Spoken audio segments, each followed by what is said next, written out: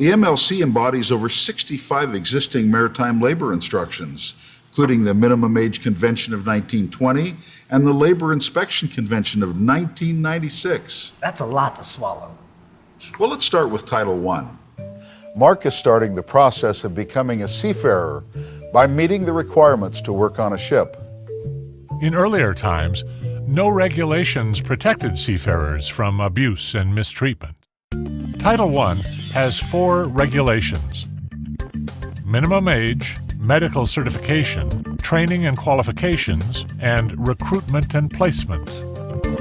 The MLC has set 16 as the youngest age for qualified seafarers. I'm over 18. That's good to know because special restrictions apply to seafarers under the age of 18. No matter their age, seafarers must be medically fit and have no condition likely to worsen due to working on a ship. In addition to medical screening, potential seafarers must receive training on ship duties and personal safety. If recruiters are part of the hiring process, seafarers are not to be charged for these services in any way.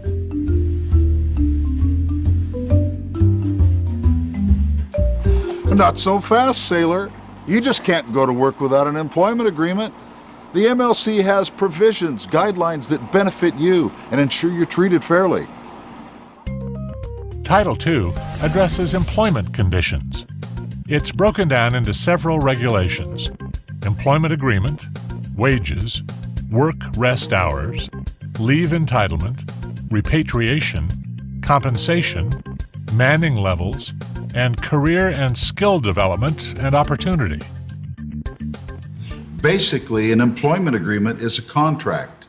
The MLC requires that a seafarer be given time to review before signing. See any dollar signs in there? The MLC requires ship owners to use the flag state's wage policies as standard for determining pay.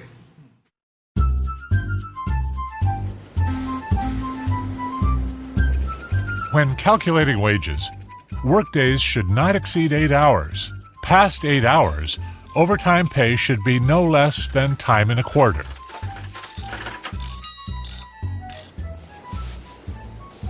Officially published exchange rates favorable to the seafarer should always be used, and shipping companies must make allotments available to seamen at regular intervals and reasonable charges. Not just yet. We haven't addressed Title V, and for that, here's a story about a seafarer named Marco. Marco worked on a Fantasylandia-flagged ship. This was one bad ship. No warm water for showers or tea. 6 people stacked in each room. Spoiled food. No recreational facilities. The list goes on.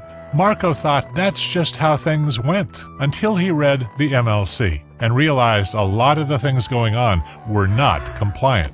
Marco tried to inform the master, but he couldn't be found. Marco looked for a forum to report the violations, but that forum was nowhere to be seen. However, when the ship entered the port of Goodlandia, a port Marco knew was compliant with the MLC, Marco filed a complaint with the port inspector, which led to an inspection of the ship.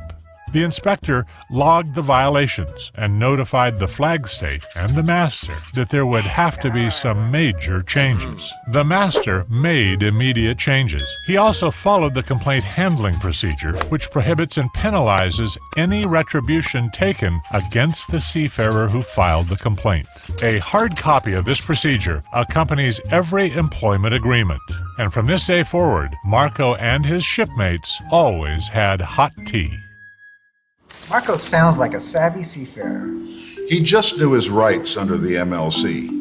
Listening to all these regulations, I'm having a hard time figuring out what anyone besides a seafarer gets out of the MLC. That's a pretty smart question, Mark.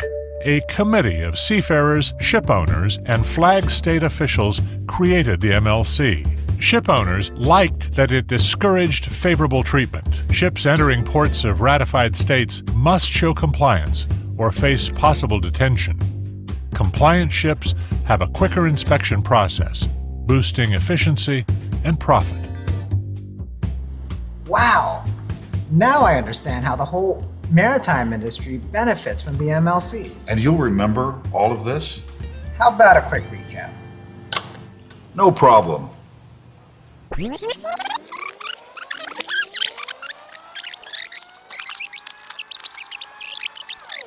The Maritime Labor Convention, or MLC, establishes a standard of working and living conditions for seafarers while creating fair competition for ship owners. It was adopted by the International Labor Organization due to the growing need for the fair treatment of seafarers. The International Maritime Organization calls the MLC the fourth pillar of quality shipping, on par with SOLAS, STCW, and MARPOL.